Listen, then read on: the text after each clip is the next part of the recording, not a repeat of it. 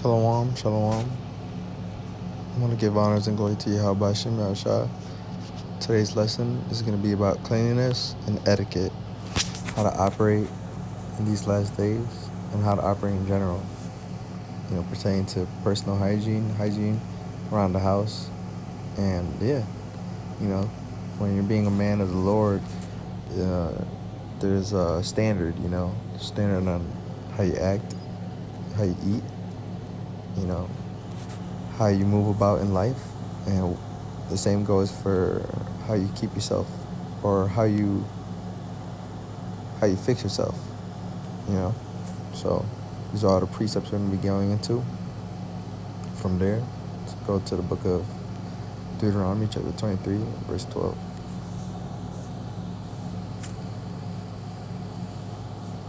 Book of Deuteronomy chapter 23 verse 12, it says what?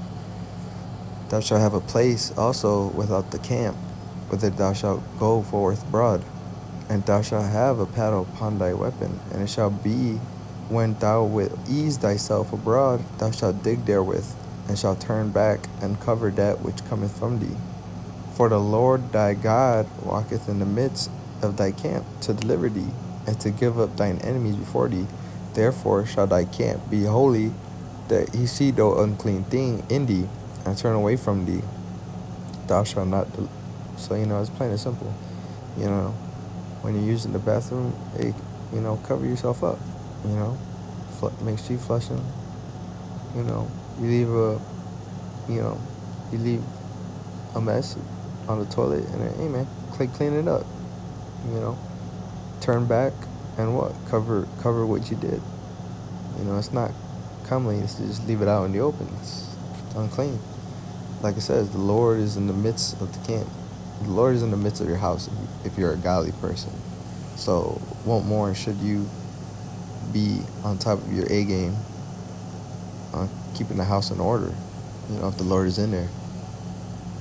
Continuing on, let's go to the book of Genesis, chapter 18, verse 1. It says what? It says, and the Lord appeared unto him in the plains of Mamre, and he sat in the tent door in the heat of the day, and he lifted up his eyes and looked, and lo, 3 men stood by him. And when he saw them, he ran to meet them from the tent door, and bowed himself toward the ground. So, here it is, that Abraham, he sees that these men, he has the eyes to see that they're angels of the Lord. Continuing on, it says what? And said, my Lord, if now I have found favor in thy sight, pass not away, I pray thee, from thy servant. Let a little water, I pray you, be fetched, and wash your feet, and rest yourselves under the tree. So, he's already fixing them up, telling them what? To sit down, make yourself comfortable. So if someone was to come to you, hey, that's how you gotta operate. Tell them to sit down, man. Be at rest. Be at ease. Let me get you something to drink. Continuing on, it says what? And I was fetch a morsel of bread and comfort ye your hearts. Like I said, man, just make yourself comfortable, bro. You gotta take care of your guests. After that, ye shall pass on. For therefore are ye come to your servant. And they said, so do as thou hast said. And Abraham hastened. So, he was happy, nevertheless, he was hasty to make them, comfortable. Because they simply just said, do what you said then. And there you go. It says right there, Abraham hastened into the tent unto Sarah and said, make ready quickly 3 measures of fine meal, knead it, and make cakes upon the hearth. And Abraham ran unto the herd and fetched a calf, tender and good, and gave it unto a young man, and hasted to dress it. And he took butter and milk and the calf which he had dressed, and set it before them. And he stood by them under the tree, and they did eat. So that's plain and simple. He's whipped up, a real quick dinner, to say the least. He had a calf, dressed it. So what? Steak. Lord knows what else. What other cuts? On top of butter and bread, and then milk. It's a very hearty meal, to say the least. And he did that with haste. Because what? He wanted to take care of his guests as soon as they came into his house, into his campground. So, that's how you got to operate with your guests. Now, that's why it says what?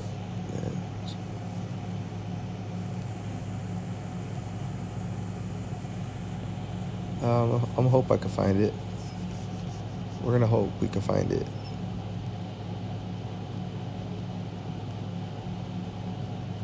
Nah.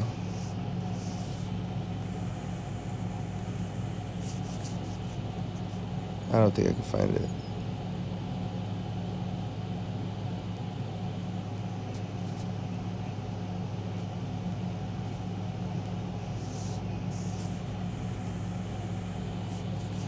Nah, dang. I'm kind of sad that I can't find it. And it's in Sirach, but roughly, paraphrasing, very roughly, it says something along the lines of basically a master of the feast, the master of the house is what? Is a servant because he's what? He's taking care of the guest. He's at the He's just doing his best to take care of the guest. Because what? That's what you want to strive to do when you have a guest over. So, you just gotta, don't slave yourself now, but hey, strive to take care of your guests. Plain and simple. And continuing on though, we're gonna leave it at that. Continuing on, go to 1 Timothy chapter 3 and verse 1.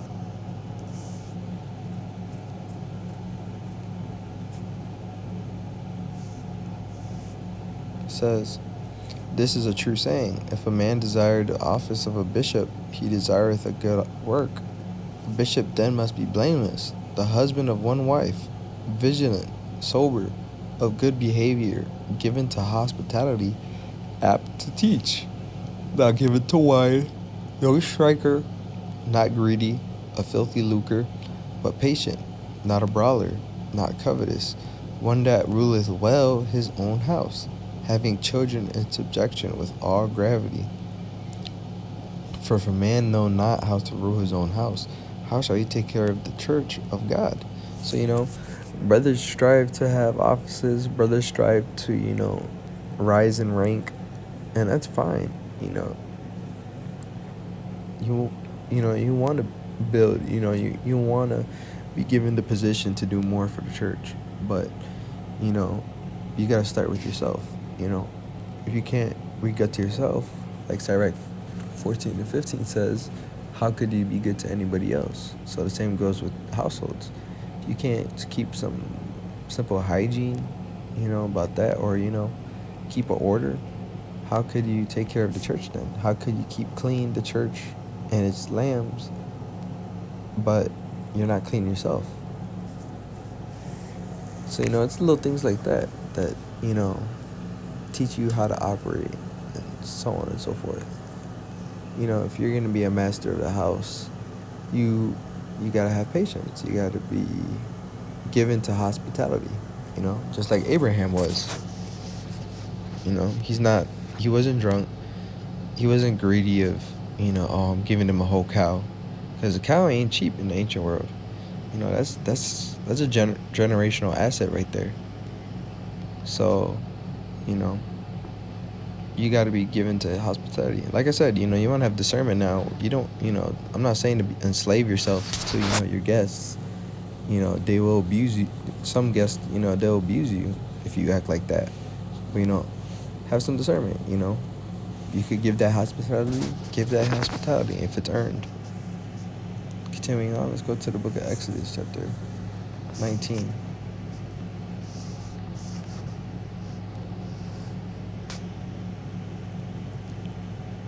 Verse 10 says, "And the Lord said unto Moses, Go unto the people, and sanctify them today and tomorrow, and let them wash their clothes, and be ready against the third day. For the third day of the Lord will come For the third day the Lord will come down in the sight of all the people upon Mount Sinai. And thou shalt set bounds upon unto the people round about, saying, Take heed to yourselves that you go not up into the mount, or touch the border of it. Whosoever touches the mount shall surely be put to death. There shall not an hand touch it, but he shall surely be stoned, or shot through. Whether it be a beast or man, it shall not live. When the trumpet soundeth long, they shall come up to the mount. And Moses went down from the mount unto the people, and sanctified the people. And they washed their clothes. So, like I said, man, it's just, some brothers, they be stinking. God forbid, I'm not around sisters enough to see, experience that myself, but, God forbid a sister stinks, Maybe she has one area of proper hygiene down, but she doesn't know how to wash her clothes. So, you want to strive, Salakia, you want to strive to,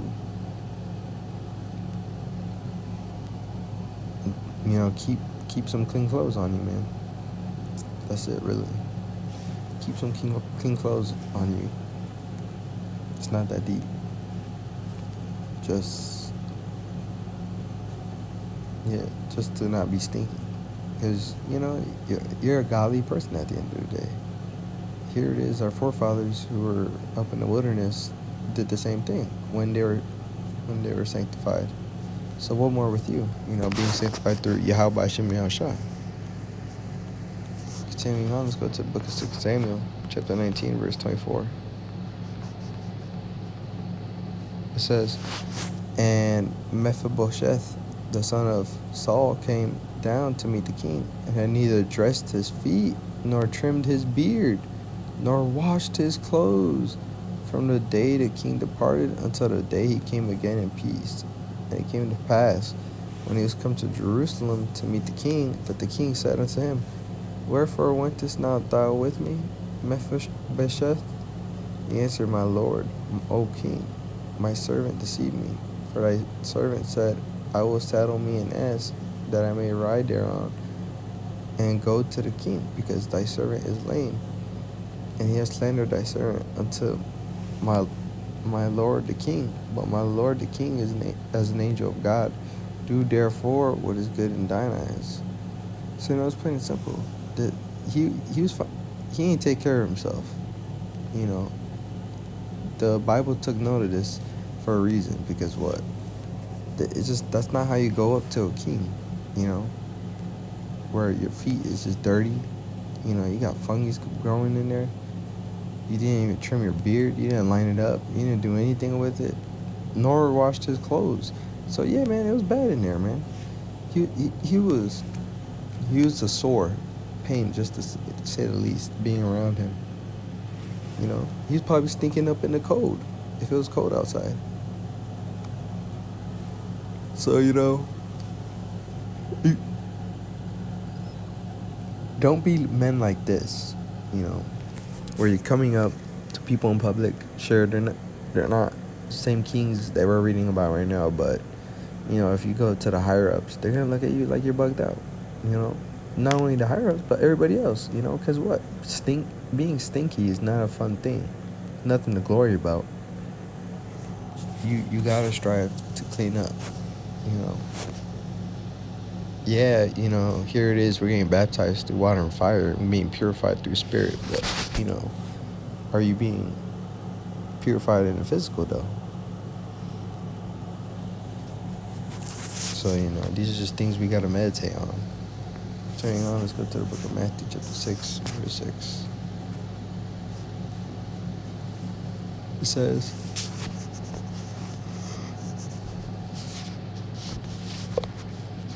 so like you. Matthew 6:16. Moreover, when ye fast, be not as the hypocrites, of a sad countenance, for they disfigure their faces, that they may appear unto men to fast. Verily, verily, I say unto you, they that are reward, Slakia, for they disfigure their faces, that they may appear unto men to fast.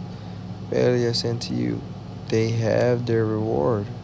But thou, when thou fastest, anoint thine head and wash thy face, till thou not appear by men to fast, but unto the Father which is in secret.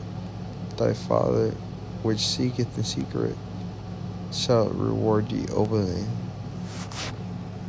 So, when you're fasting, you don't want to fake that thing, or you don't want to over exaggerate. That's really what it is. You don't want to over exaggerate.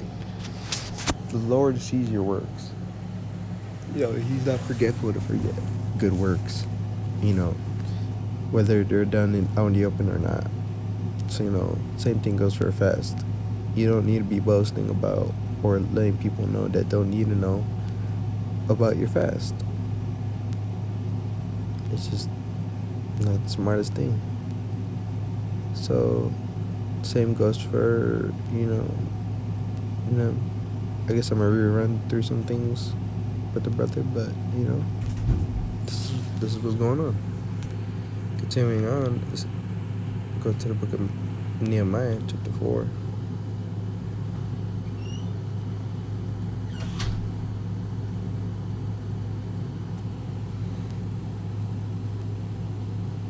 And the last verse says what? So neither I, nor my brethren, nor my servants, nor the men of the guard which followed me, none of us put off our clothes, saving that everyone put them off for washing. Here it is. Nehemiah, and the priests are hard at work right now. They're building what? They're building the wall. And, getting themselves in order, yet in the midst of all of this, constantly watching, having one sword and a painting against the bar. You can't help it. You gotta go. So don't forget about your work clothes. Sometimes brothers be forgetting about their work clothes too. Cause they really don't care how they are, cause they're at work. When no, you gotta wash up. You gotta take care of yourself. It's the book of Isaiah.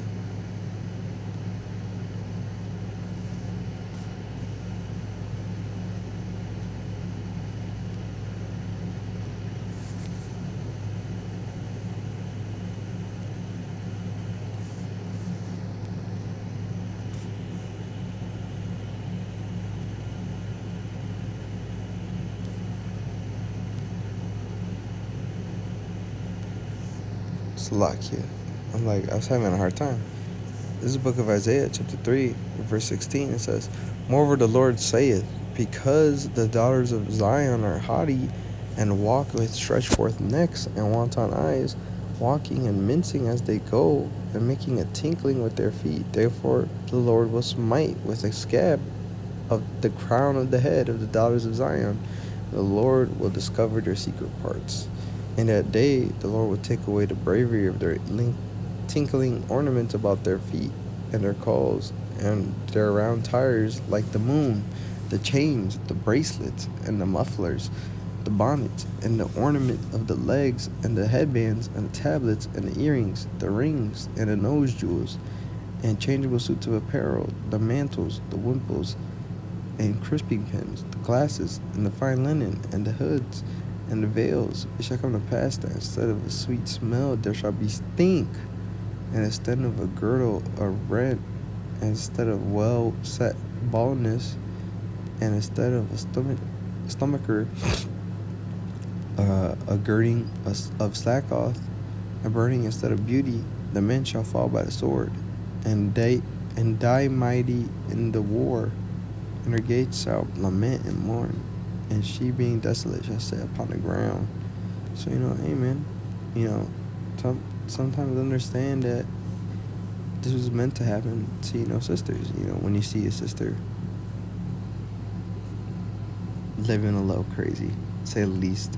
Because I seen some wild houses, just no type of cleaning going on there at all, So, it all adds up with time. So, you want to do what you can and be on top of your A game.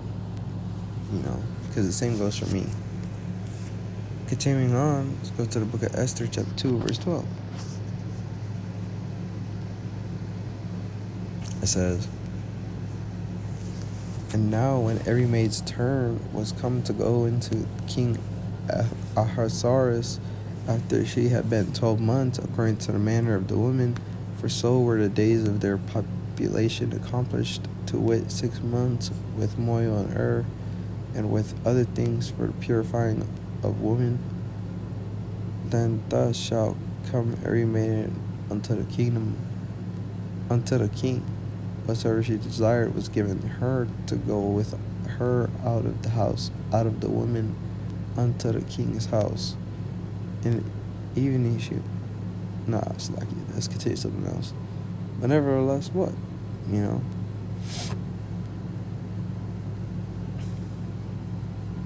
That she took that self-care to a whole new level. She's bathing in nothing but basically oil of myrrh for 6 months. I can only imagine how strong that smell must have been. You know how some people, they walk past by and you can smell that. She probably covered up the whole room with it when she walks in. So you gotta be on top of that yourself. Now, am I telling you to buy like 50 gallons of an essential oil and dip yourself right in there into the bathtub? No. But what I am explaining to you is that what our foremothers and our forefathers took hygiene very seriously. That's not something to play with. You gotta take care of yourself. You gotta do what you gotta do in order to have some decent hygiene. Can't be musty out here. That's not godly, to say the least. Continuing on, let's go to the book of Deuteronomy chapter 28, verse 48. It says what? I'll show you a curse real quick, brother.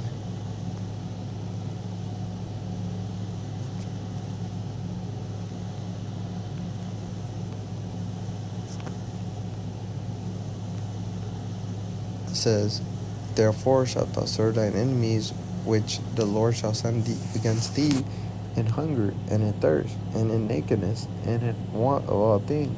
And he shall put a yoke of iron upon thy neck, until he had destroyed thee." So, I don't know what you may have heard of about this chapter, but hey man, it's getting into curses of our people. And one of them being that we're going to be sent to every nation for everything, So, whatever you've been doing, pertaining to stores and just owning stuff in general, don't beat your head over it too hard, but, hey, strive to do what works best for you and strive to do what, you can to keep the commandments. We got you. So, if you do need us to send more money, then, hey, I got you. X, Y, and Z. But, let's continue on. Book of 1 Corinthians chapter 14 and verse 40.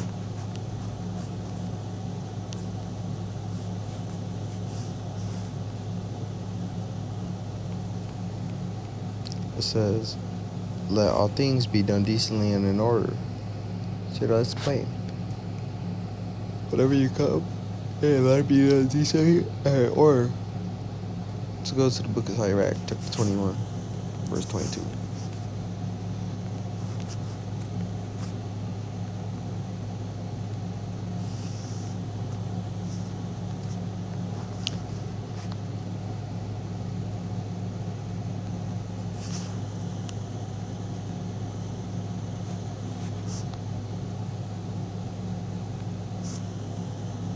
Salakia, y'all. I'm not gonna lie to you. I'm like fighting demons. I'm trying to stay up with Yahushua 1 more hour. So it's the book of Sirach, chapter 21, verse 22. It says, "A foolish man's foot is soon in his neighbor's house, but a man of experience will be ashamed of him. A fool peep in the door, but the door into the house, and he that is well nurtured will stay without." Appreciate you. Thank you.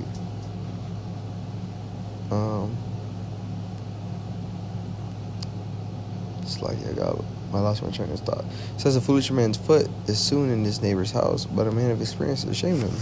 Because sometimes somebody will overstay their welcome. You got that saying in the world where like they just do everything in somebody else's house, and there's like no clear sign of respect.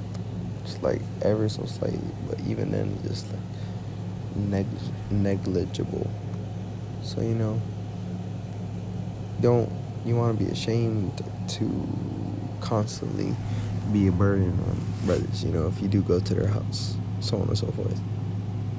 You don't want to be in a rush to be in there. So on and so forth. Continuing on, it says what? A fool will peep in at the door and into the house, but he that is well nurtured will stand without. So someone might eat all the cheese, and the next thing you know, be like, where is it at? And you be like, oh, it's right there. Spit it out. And you'll be like, just give me like the dirtiest look when I bought, an actual watch. I bought it's in the back, but yeah. Salakia. This is what happens when you do a shared household. Nevertheless, continuing on, it says what? It says, it is the rudeness of a man to hearken at the door, but a wise man will be grieved with the disgrace. So, basically, someone will start eavesdropping, when they're at the neighbor's house. When something's clearly happening, they're going to be in there thinking they can make it better. And the whole time, no, they're not. If it's going to escalate, we can get management, we get security, whatever the case may be. But it's not that big of a deal, right now. So, you gotta strive to not be that wicked person. Nevertheless, I do gotta ask, are you gonna go play games with this other guest or not? Okay. Anywho, continuing on, it says what? It says, the lips of talkers will be telling such things as pertain not unto them, but the words of such as have understanding are weighed in the balance. So, sometimes people will yap, and that yap, all that yapping is what? It says what? It says the lips of talkers will be telling such things as pertain not unto them. So they're just going to be capping. That's what it's basically saying. And you don't want to be that, You don't want to be where you're just yapping all the time, talking about this non-existent life of yours. Hey, you got to be meek. You got to be, whatever you say, let it be balanced in a way. If it cast judgment somehow, hey, just catch the judgment, So that's basically it, Those are the only questions I had right now. If you do come back in there for the interview, much better brothers are going to be equipped for that day. So, that's everything, bro. Continuing on, it says what?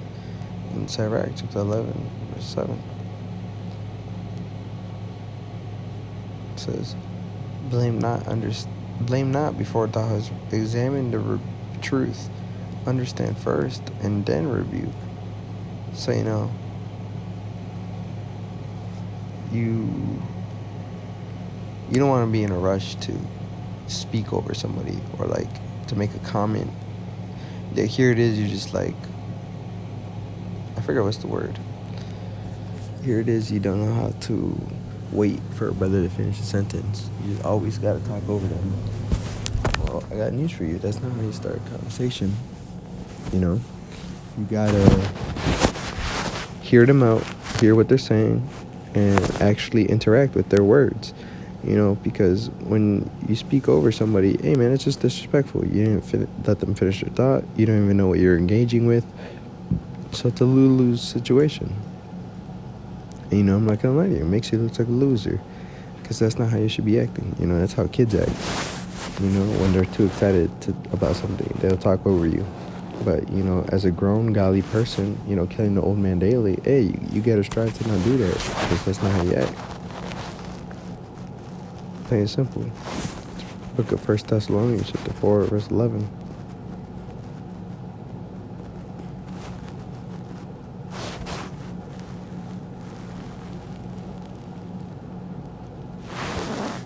Book of 1 Thessalonians chapter 4 verse 11 says, "But I would not have you be ignorant, brethren, concerning them which are asleep, that ye sorrow not, even as others which have believed.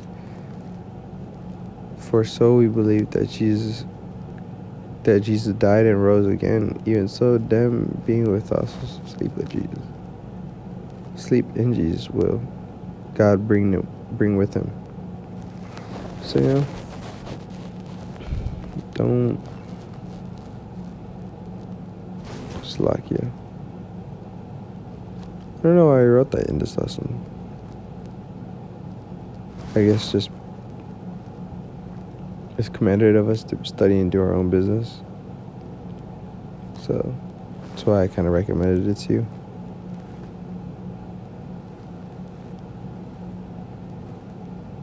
It's a crazy tattoo. Salakia, I'm getting really sidetracked. I'm like really trying to stay up with Yahushua. This is the book of Titus, chapter 2 and verse 6 says what? "Young men likewise exhort to be sober-minded, in all things shewing thyself a pattern of good works, and doctrine shewing uncorruptness, gravity, and sincereness." So let's see. But nope. Yeah, more to teach. Anyways, book of Titus chapter 2 verse 6 says, "And showing yourself a pattern of good works and doctrine, showing uncorruptness, gravity, and sincerity, sound speech that cannot be condemned, that he that is of the contrary part may be abide by you." So, amen. The Lord shows you how to talk to people who are more better than me. So let's continue on. Let's go to the book of Sirach, chapter 31, verse 12.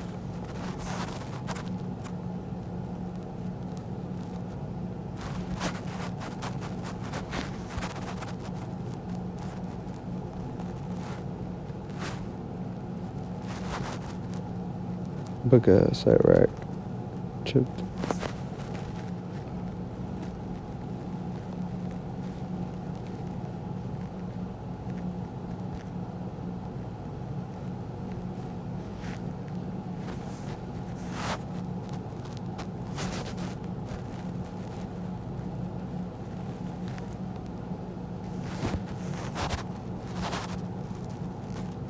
really don't know what's going on with my phone.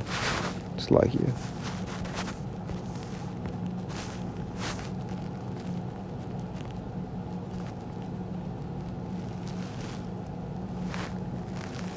You still need my battery? No? Okay. Let's book of Deuteronomy chapter 4 verse 9.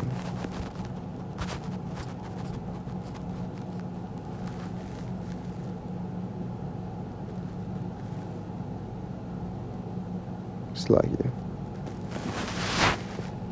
I don't know.